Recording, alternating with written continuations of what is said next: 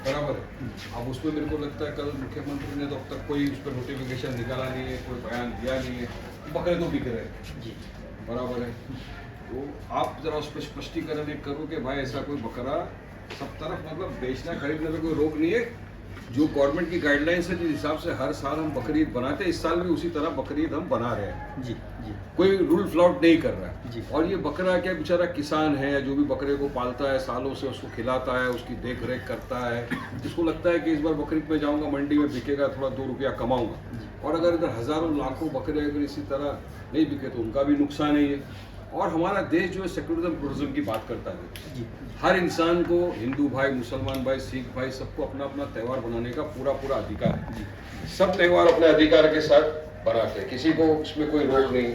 तो ये कुछ लोग ऐसा नफरत फैलाकर, कुछ अफवाह फैलाकर इस तरह की बात कर रहे हैं, तो इसके ऊपर भी हम कल भी मुख्यमंत्री के साथ टाइम लिया, मैं मुलाकात करूंगा, उनसे कहूंगा स्पष्टीकरण एक होना चाहिए। क्योंकि ऐसा अफवाहों से क्या होता है कि सब डर, हमको फोन करते हैं वारिस भाई बकरे पे कोई रोक लगी, मतलब अब तक तो कोई महाराष्ट्र गवर्नमेंट का नोटिफिकेशन कुछ आया। सब अपना त्यौहार बनाइए, खुशी खुशी बनाइए, सिर्फ गाइडलाइंस को फॉलो करते हुए हम करने वाले। और कुछ जो मसले समस्याएं यहाँ पे एबिटोर के लिए गोल्डी, इसके लिए आपके पास आने का मेन मकसद ये था, तो आप 2-3 क्लैरिफाई करिए, उसके बाद अपना मसले बताएं। अतिक सर मसले बताओ क्या क्या है। नंबर 1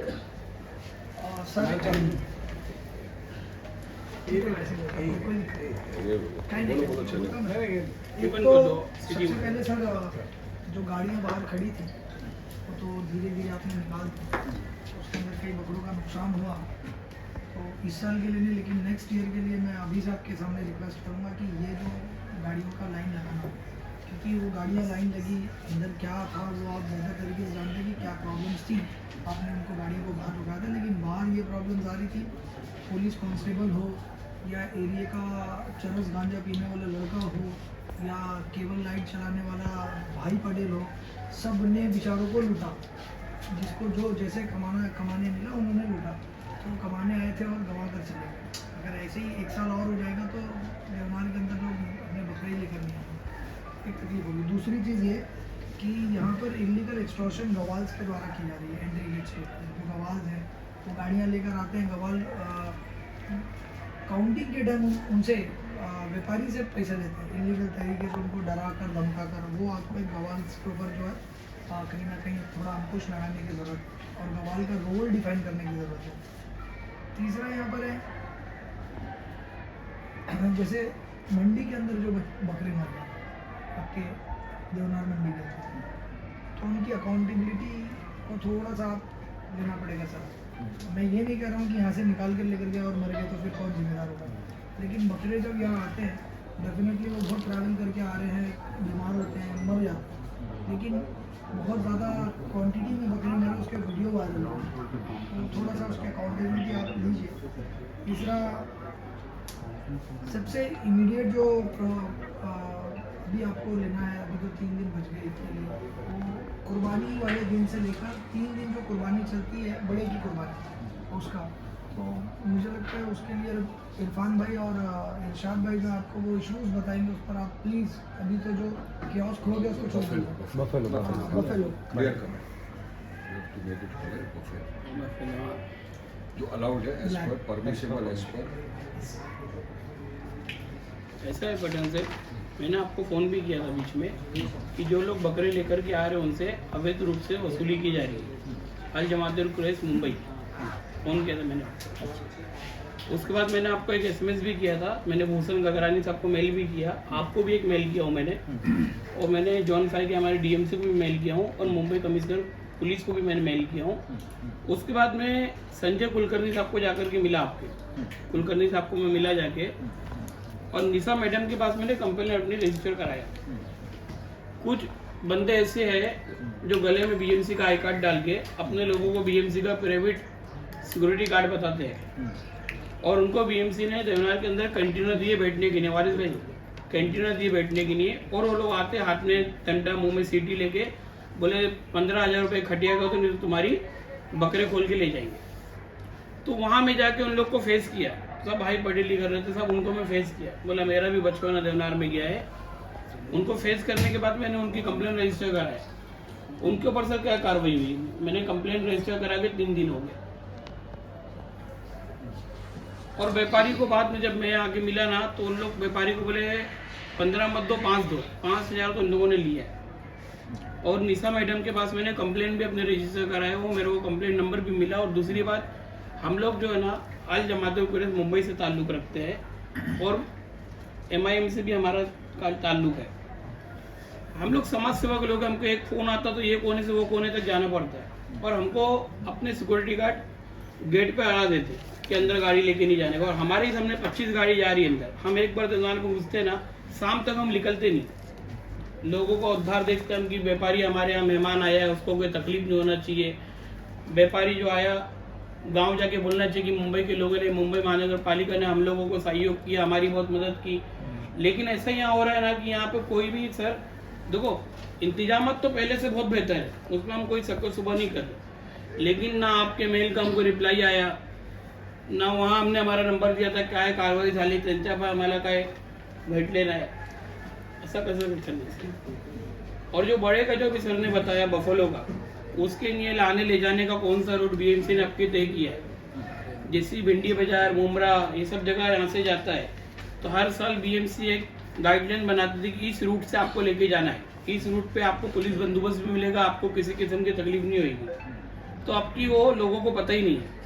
इससे पहले आपने होर्डिंग बैनर के जरिए लोगों को जागरूक किया था, लोगों को पता भी था कि फ्री, अगर आपको भिंडी बाजार ले जाना तो वो फ्री वे से जाना है, नीचे से नहीं जाना है। बहुत से रूट है। देखो आज हमारा देश ऐसी हालत पे है ना कि राई को पहाड़ बनाने के लिए ज़्यादा वक्त नहीं लग रहा सर।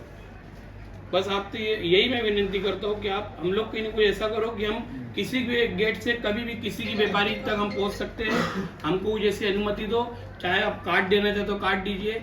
और जो लोग वसूली कर रहे हैं, पुलिस तो बाद में अरेस्ट करेगी, हम उसको कॉलर पकड़ के सैयद साहब, सीनियर साहब के पास लेके जाने का हम काम करेंगे। आप तो सर एक चीज़ और, मुझे राजस्थान से कॉल आया था, व्यापारी कुछ राजस्थान के लोग हैं, और पीने के पानी का बहुत प्रॉब्लम है, तो उनको बोतल खरीदनी पड़ती है। मैं मार्केट में आता, आई कैन बाय द बोतल, लेकिन वो 24/7 उगरी है, तो पीने के पानी का इशू बहुत आ रहा है। मुझे राजस्थान से कॉल आया। और दूसरा जो भाड़े का एक इशू है, वो रात में मुझे 3:30 बजे फ़ोन आया कि कुछ लोग भाड़े में अपने जानवर रखे थे, लेकिन कुलकर्णी साहब के संजय कुलकर्णी डॉक्टर हैं, क्या है मत पता नहीं। तो ये वारिस भाई, वो सर एक मिनट, ये कंटेनर है, इसमें पंखा लगा है बड़ा वाला, शादी में जो लगता है। सारे छोकरे हाथ में डंडा लेके बैठे और दबा के व्यापारियों से वसूली कर रहे हैं। तो आदमी जाके मुंबई के बारे में क्या बोलेगा? पूरे हिंदुस्तान से व्यापारी मुंबई आ रहे हैं सर। सब बात अपनी रखती है। अभी और साहब के पास शुरू कर, मेरा खाली ये बोलना है पानी वानी की फैसिलिटी, जानवर का इलाज वगैरह, और बेस्ट टू बेस्ट फैसिलिटी जो आप बोल दो, उसके बाद में मैं 2 लफ्ज़ अभी आप बोल दो, आपने सब सुन लिए ना। सिस्टम क्या होता था कि जब फर्स्ट डे जब कुर्बानी होती है मॉर्निंग में नमाज के बाद, तो यहाँ पर जो अंदर जो आप लोग जो अलाउड जो करते हैं गाड़ी के लिए, प्राइवेट नहीं सर, प्राइवेट व्हीकल्स की बात नहीं कर रहा हूँ, जो ऑलरेडी जो गुड्स कैरियर गाड़ी जो रहते हैं, अंदर जो लोग आते हैं वो लोग आसानी से अंदर आ जाते हैं। और उसके अलावा जो प्राइवेट गाड़ियाँ वाले रहते हैं ना, वो नहीं आ पाते, वो दोपहर के 2 बजे तक लाइन में खड़े रहते हैं।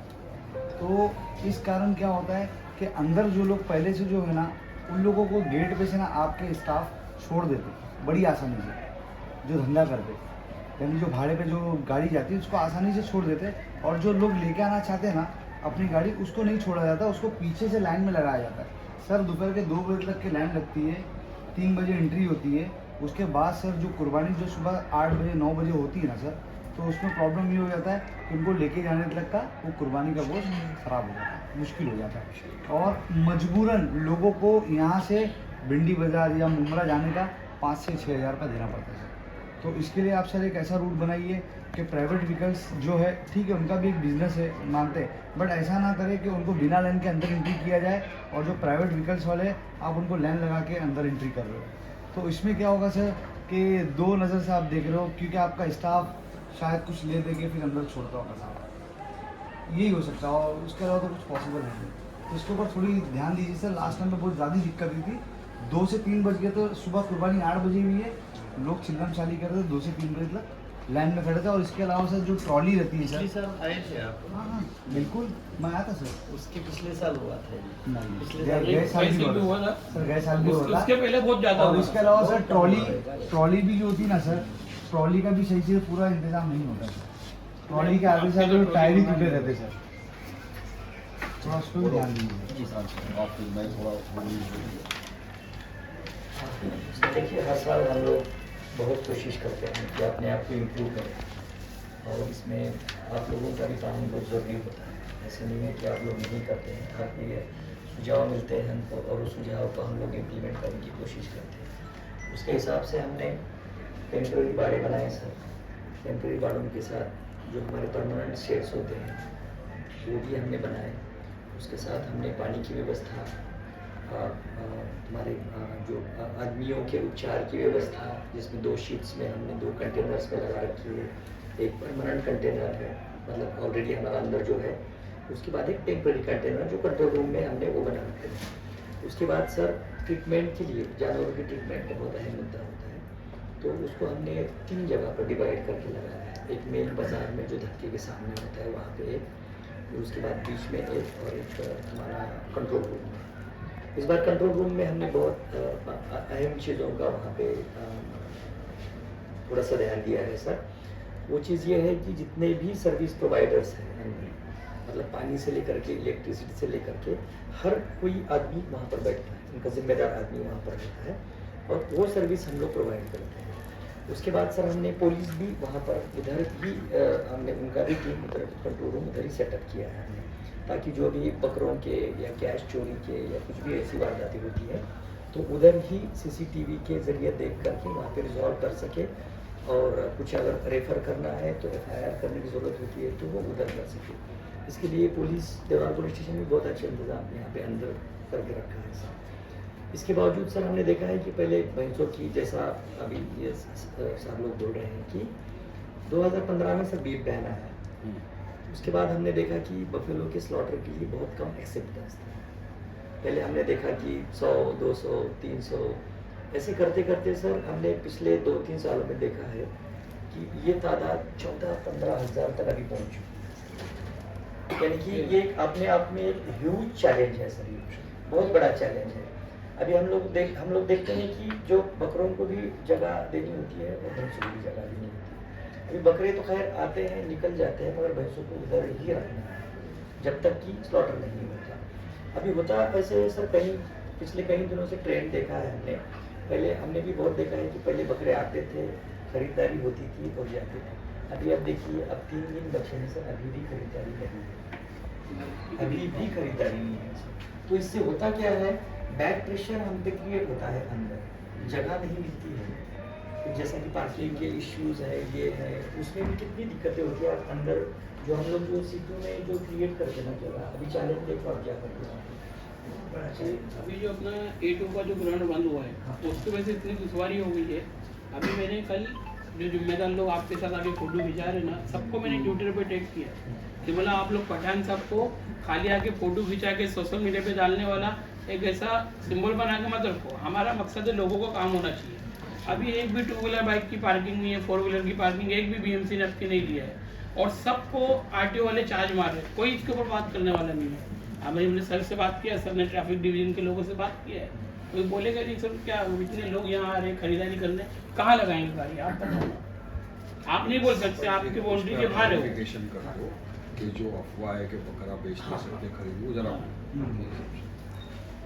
हाँ वो जरूरी ये है, जो अरे वो अफवाह चल रहा वो जरूरी है। सब कुछ क्लियर करता हूँ सर। क्लियर ये कल एक बहुत ही अहम चीज़ है, मैं बताना चाहूँगा सर कि कल माननीय मुख्यमंत्री महोदय के पास जो बैठक हुई थी, उसमें एक जो माननीय पशु संवर्धन के सचिव होते हैं, उन्होंने बोला था कि ये जो सर्कुलर है उसको रिवोक करेंगे। और सर आप देखिए मेरे सामने वो सर्कुलर है महाराष्ट्र गौ सेवा आयोग का, उन्होंने ये रिवोक किया। अच्छा मैं वही जो आप बिल्कुल हाँ लेकर रिवोक रखा हो है। गया सर। उसके हिसाब से उन्होंने ये लिखा है सर की नजीकच्या आठवड्यात दिनांक 3/6/2025 ते 8/6/2025 या कालावधीत आपल्या जिल्ह्यातील विविध गावामध्ये गुरांचे बाजार भरविण्यात यावेत।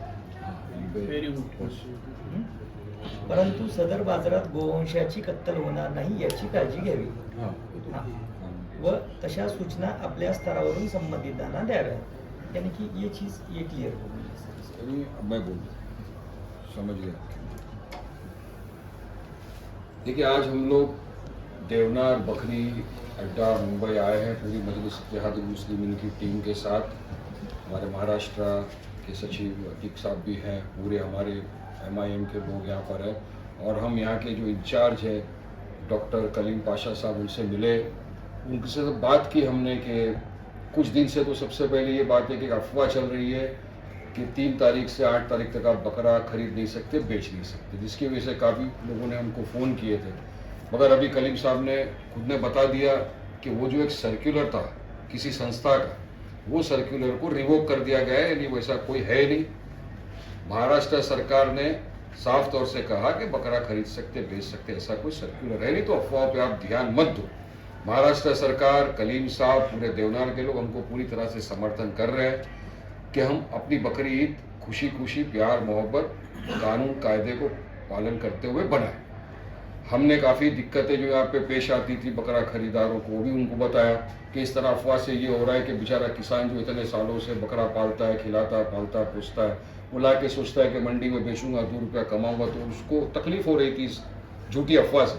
मगर आज झूठी अफवाह का सब क्लियर हो गया. ऐसा कोई नोटिफिकेशन नहीं है, कुछ नहीं है. आप बकरा खरीद सकते, बेच सकते.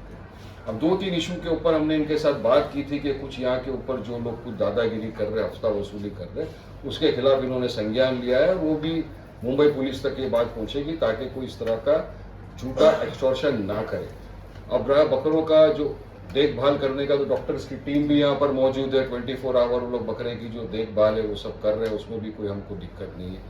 आने जाने के अंदर जो कुछ फीस का जो प्रावधान था वो भी शायद कम किया गया इस मरतबा, मैं ऐसा समझता हूँ. बहुत कम है. फीस का जो था वो भी कम किया. तो हम पूरी तरह से संतुष्ट हैं कि महाराष्ट्र सरकार और यहाँ जो देवनार के इंचार्ज है कलीम पाशा साहब पूरी तरह से हमारी मदद कर रहे हैं, हेल्प कर रहे हैं, और हम चाहते हैं कि सब खुशी खुशी अपना त्यौहार बनाए. देखिए हम लोग सेकुलर कंट्री में रहते हैं, गंगा जमनी तहजीबी का हम प्रतीक में आपको बताते हैं सब तरफ. हमारे हिंदू भाई, क्रिश्चियन भाई, सिख भाई, मुसलमान भाई सब मिलकर एक दूसरे का त्यौहार बनाते हैं. मगर कुछ नफरती लोग ऐसे हैं जो चाहते नहीं कि सब एक साथ खुशी खुशी रहे.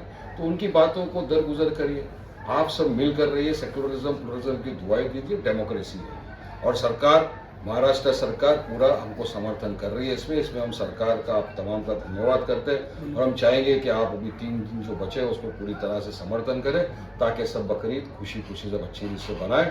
मगर एक चीज़ है, हमको कायदे कानून का पालन करके बनाना है. जो सरकार की गाइडलाइंस है उसको पूरी तरह से फॉलो करके हमको हमारी बकरी ईद बनाना है. हमारी वजह से किसी के सेंटिमेंट्स को हर्ट ना हो, ये हमको पूरी तरह इस बात का भी ध्यान रखना बहुत ज़रूरी है.